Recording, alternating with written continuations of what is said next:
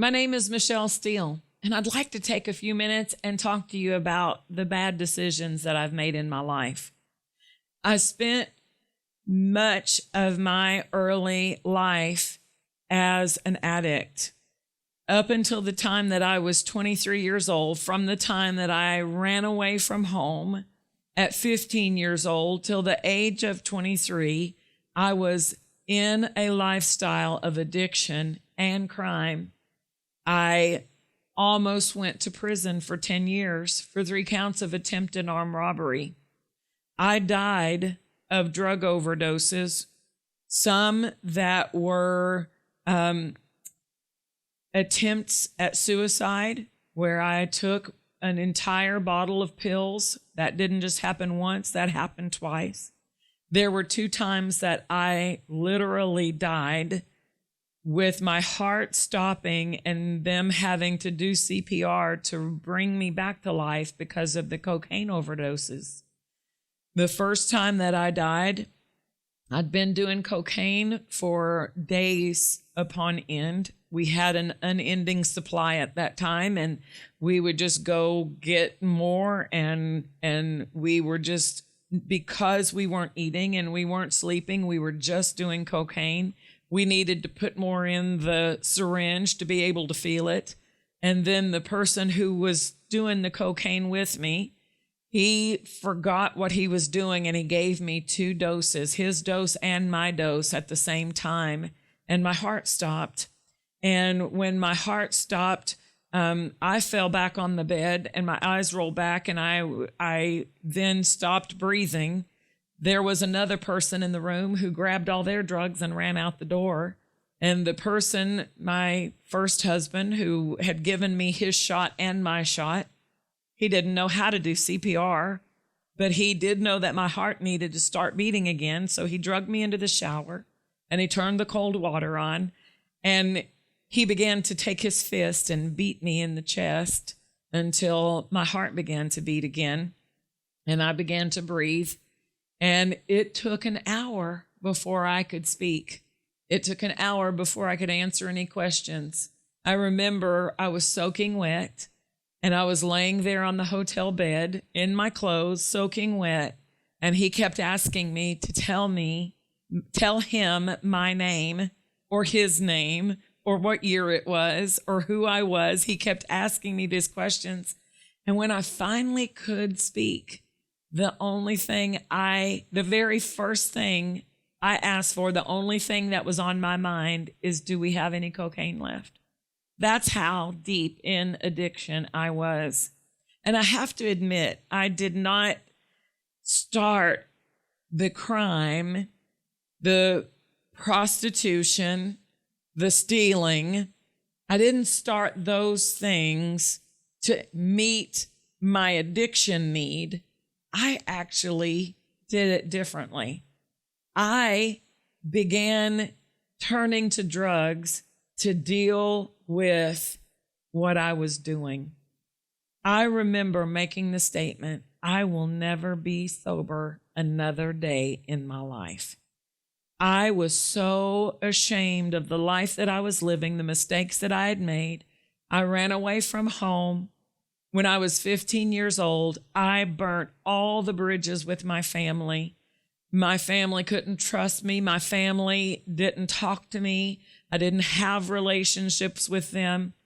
At one point, when I had tried to reestablish a relationship with my mother, and I'd let her help me take care of my child because I was in addiction, she began raising my child, and then they made me take my child away from her, and that ruined that relationship again.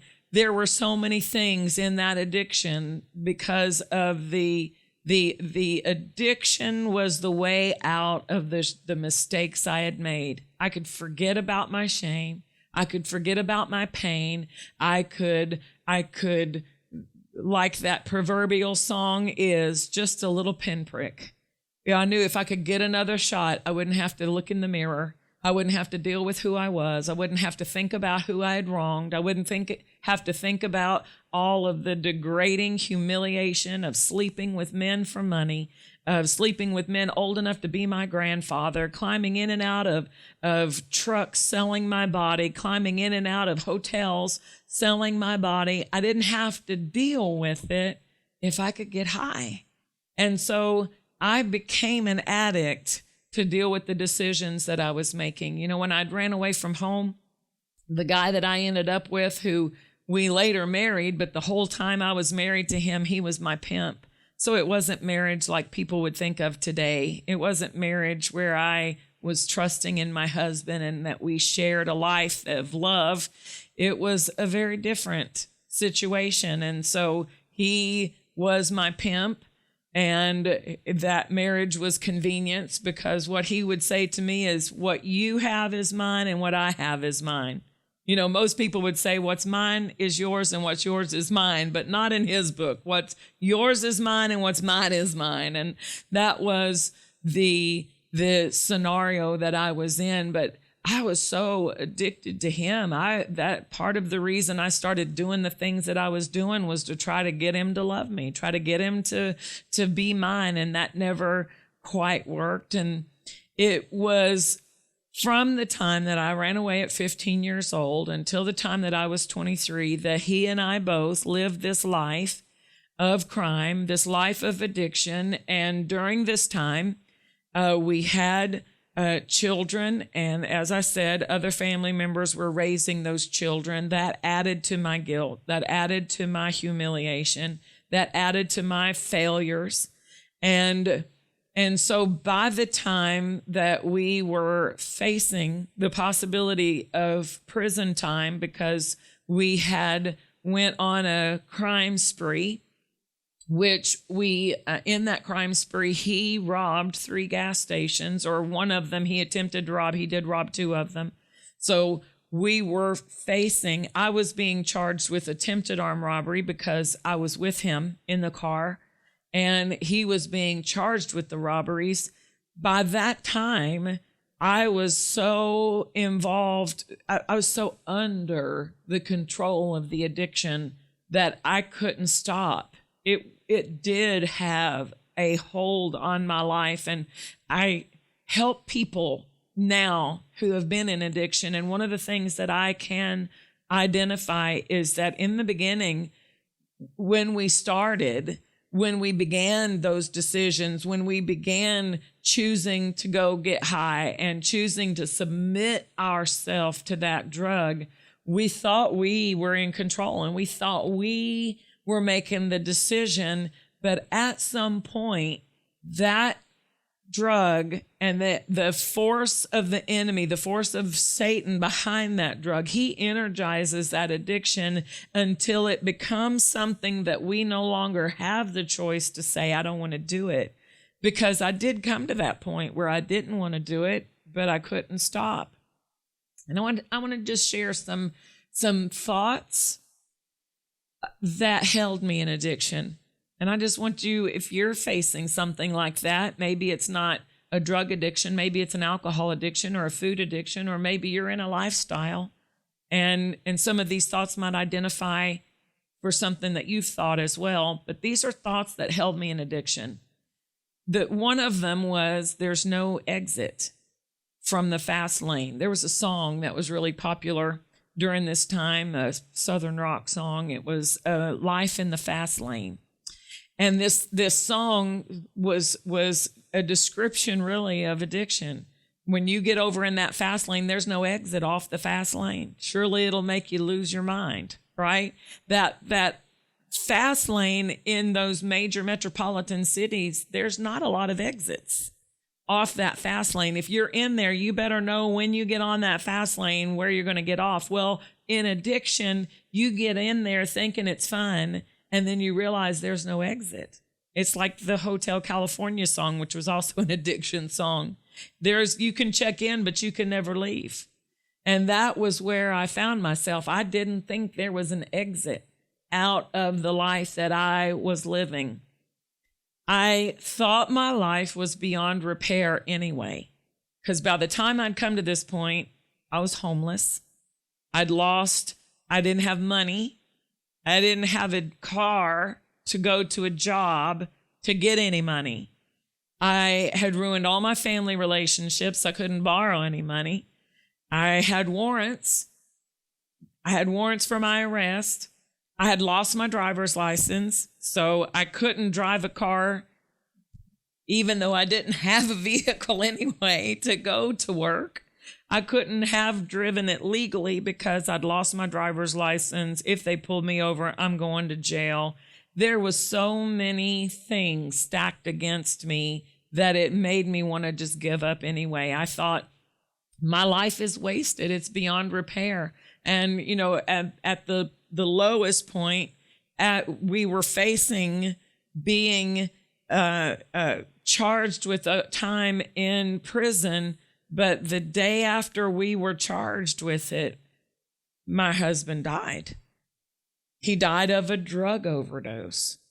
And in that, what I thought was already a life out of control, when he died, my life really went out of control, because he had been the one telling, even though it was a controlling manipulation, he was the one who told me what to do. And then he died, and I didn't know what to do except keep doing what I'd been doing, which was getting high.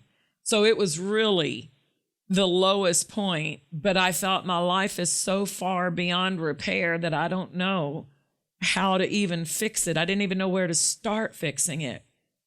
Another thing that held me in that place of addiction was I had been getting high to avoid the things I'd done and to avoid the shame.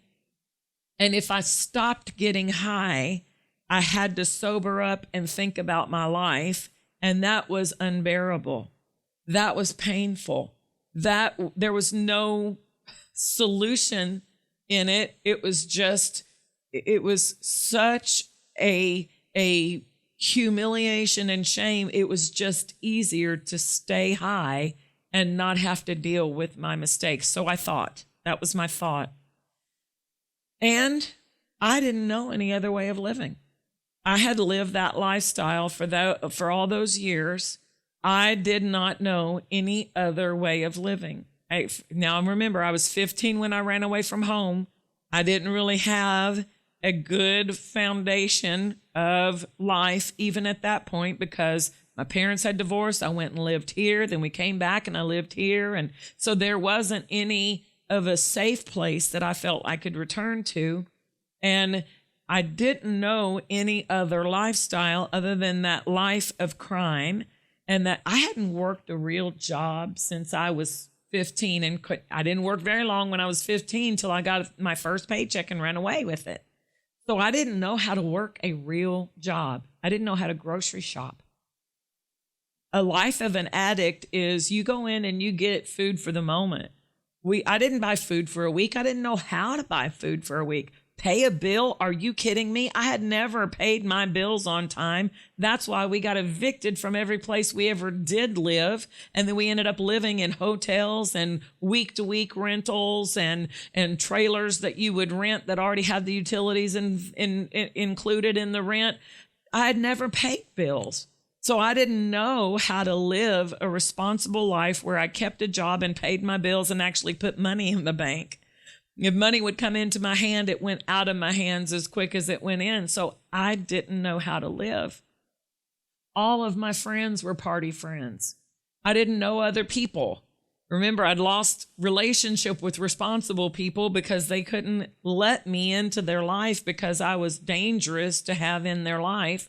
And the family that we did have around really kept us at a arm's length because we were thieves, we were addicts, and we were untrustworthy. So I did not know any other lifestyle. The places I went were drug places. I didn't know where else to go.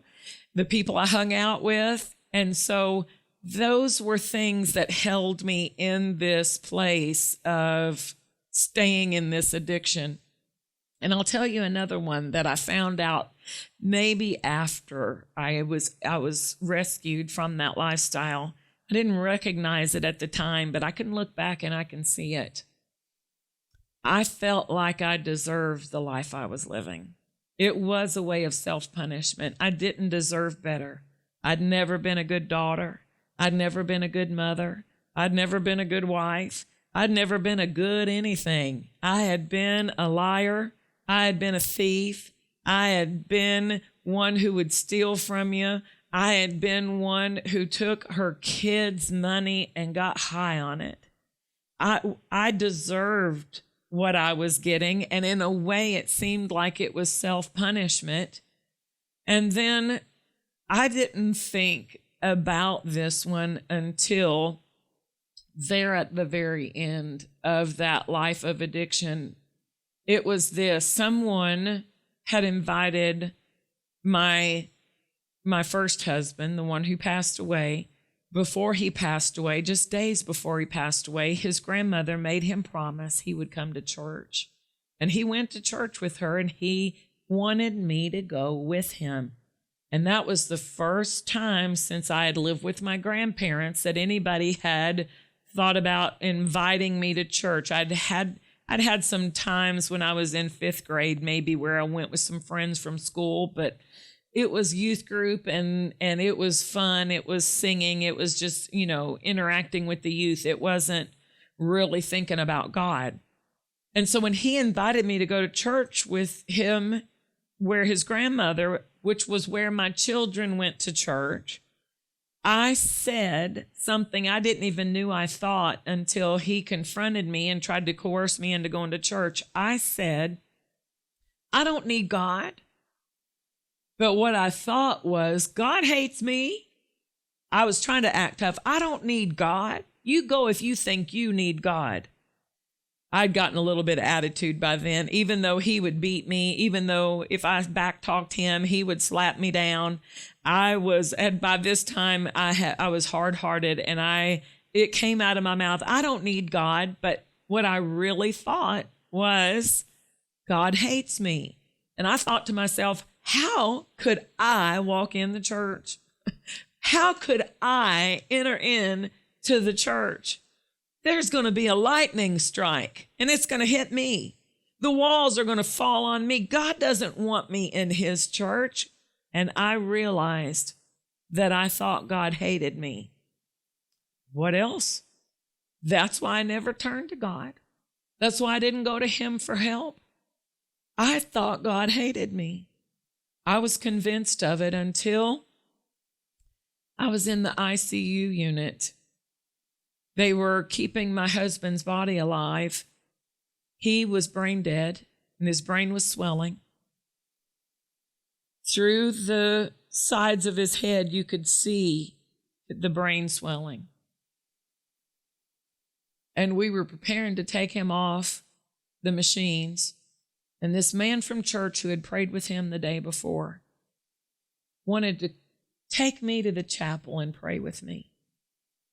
I'd been getting high in the hospital. My friends were bringing me drugs in the hospital. I was shooting up Dilaudid. I was shooting up cocaine in the hospital. I didn't want to talk to this preacher. I was in the worst condition of my life. And the answer of God comes, and I'm thinking to myself, I want to get rid of this guy. I want him to quit talking to me. And so when he would ask me questions, I would be like, yeah, okay, right, And I was so rude. And he didn't care how rude I was. He wasn't there to make me like him. He was there to make me think. And he would ask me questions in a way that made me answer that yes and no wasn't an appropriate answer. I couldn't get away with, yeah, whatever. I had to think about what he was asking me, and I had to answer him in a sentence. And he was talking to me about Jesus in a way that made it personal. He said, Jesus Christ died on the cross. I'm like, yeah, right. I heard that before. And he said, no, he died for you. He knows the mess that you're in today, and he died to help you out of the mess you're in today. And it was an eye-opener for me. I'd never believed that before. And with one little tiny glimmer, it wasn't a full-blown understanding. It wasn't an awakening with this brilliant light of, wow, God loves me. This is what I thought. If God wants to help me, I really do need his help. I don't have any other help available. And if God would help me, I need his help. And I prayed with that man a prayer that opened up the door for God to start working in my life. I asked him to help me. We took the machines off of Bo's body and he passed. I was such a mess at the funeral, they almost kicked me out of his funeral. I was high. I don't remember where I was the night of his funeral after. I don't remember who told my kids their dad died.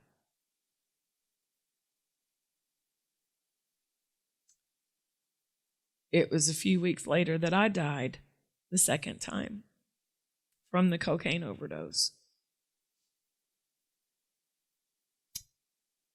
I had asked God to help me, but I didn't know where to find his help. And I went back to the life that I knew, the only thing I knew in my ignorance and my lack of knowledge.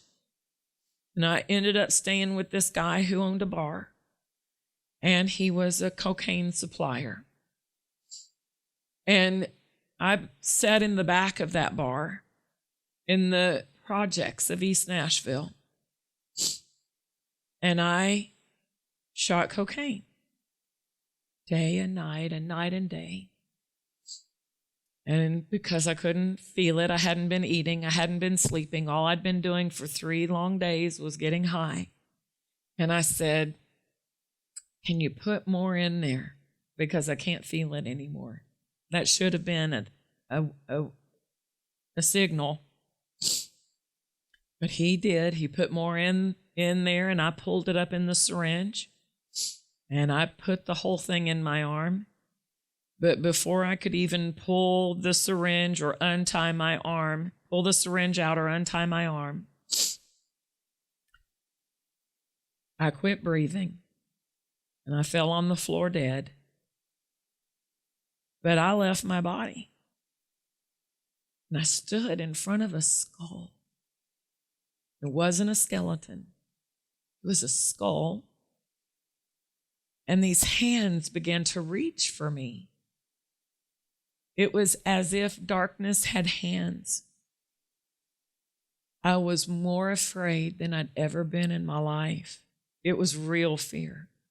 Because in that split moment, that split second, I knew hell is real. I don't want to go there. And as those hands were reaching for me, trying to pull me into death, I ran back to my body with all my power, with all my might. I ran into my body. And when I hit my body, this man who was doing CPR on me is suddenly fighting me because I began to swing and to kick. And because in my perception, those hands are still trying to pull me into death. And he finally lets me up, and I jump up and I keep running. And I run for a few blocks in the rain through the projects, trying to escape death. It was a Sunday morning that I overdosed, and I went to church that night. And I don't think the church knew what to do with me. I waited. I didn't know how to pray the prayer of salvation. I didn't know how to ask Jesus into my heart. I had prayed for God to help me. I'd kind of prayed that prayer that man told me to repeat after him. And all that I had faith for is help me, God. And now here I am. I'm coming back to that same place where this was where that man had been sent from, the church he had been sent from. I'm there in their church, and they prayed for me. but they didn't quite know what to do with me. They just prayed, oh, God bless her, help her, and kind of sent me out. I didn't find my answer. How do I do this, God? So I thought, I am going to clean myself up. And I went to drug rehab to try to get off the Dilaudid that I was on. It was the part that was physically addictive. And so they put me on methadone, and I totaled 3 cars. And I don't know where I left those cars to this day. I totaled 3 cars. One of them I did hear that I was told that I left it in somebody's front porch. I drove into their front yard and up onto their porch, crashed into their house, and walked away. God ended up sending that same preacher and his wife who found me and took me to church service. And in that church service, I yielded my life to Jesus Christ. I accepted Christ. And when I did, when that preacher prayed for me, in a moment, I was free. Instantly, it was August 10th of 1992. And I was set free from that addiction. For the first time in my life, I was sober and in my right mind.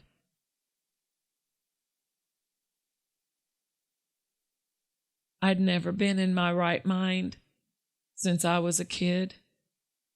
Never able to think straight, never free from that shame, free from that pain. For the first time, I could think right. And from that day to this, God's brought me a long way. Now I want to tell you something. Everything still looked hopeless. I was living in a car. The car did not have a title because it was a stolen car. I did not steal the car, but I bought this stolen car, not realizing it. I had nowhere to go, nobody to turn to. I was just trying to put my life back together. Everything was still as hopeless as it was before, but now I had God helping me. And I just started depending on him. And step by step, little by little, God restored my life. I was able to get a secure, legal job. I was able to get a home. And in doing so, I was able to regain custody that I had lost of my children. I had my children back. I had a job. I had a little apartment. And a year later, God brought the man of my dreams, who loves me like Christ loves the church, into my life. And we married. And today we serve God all around the world through preaching the gospel, through television. And if you had come to me when I stood on the street corner selling my body for $20 and told me, one day you're going to be on national television preaching the gospel, I would have laughed you off the street that I was selling my body on. But today, God has rebuilt my life, and I'm not who I used to be, and I'm not what I did. And I want to tell you, no matter how hopeless it may seem, no matter how wrong of decisions you may have made in the past, no matter how far down that road you've gone, and you think there's no exit, there is an exit off the fast lane. There is an exit out of that hopelessness. There is a rescue for what you're going through, and his name is Jesus. And if you'll call on his name, you don't even have to understand fully everything. If you'll just say, Jesus, help me, like I did, he'll start helping you.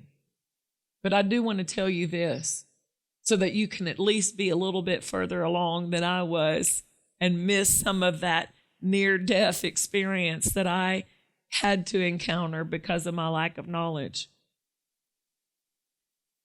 When Jesus died on the cross, he died the death that you deserve. He died in your place, and his blood will cleanse you from every sin that you've ever done. every mistake you've ever made, every failure, every error in your life, Jesus can wipe away all record of your wrongdoing. And if you will accept him as Lord and begin to submit to him, he will put your life back together, and it will be a life that's better than anything you could dream. You might think you know what's best for your life, but the one who created you knows what he put in you, and he knows how to make your life worth living. So I want to challenge you today. Accept Jesus Christ and the sacrifice that he made. You don't have to know everything, but just believe that Jesus died for you and God raised him from the dead. Say this with me. I believe that when Jesus Christ hung on the cross, he died the death I deserve. His blood cleanses me because today I accept Jesus as my Lord, as my Savior. I believe God raised Jesus from the dead. I ask you to lead me into the life that you have for me. The Bible says if you believe in your heart and confess with your mouth, believe in your heart that God has raised Jesus from the dead, confess with your mouth, it's in Romans 10, you shall be saved. Now, from this moment on, there are two vital things for you to come into this place of restoration that I found myself in. Number one, you need a Bible. The Word of God is the spiritual nutrition. You say, I don't understand how to read that Bible. You will understand more now than you did before because you have accepted Jesus as Lord. You need a Bible because the Bible helps you to understand the plan of God for your life and feeds you the spiritual strength that you need to be able to walk in the victory that belongs to you. And number two, you need a local church. Jesus is the head of the church, and he designed the local church to be the place where people grow. So ask God to lead you to a healthy local church that believes the Bible. I thank you for taking the time to listen to me today. It has been such a thrill for me to get to share with you the bad decisions that I made and the right decision that changed them all. Thanks for tuning in.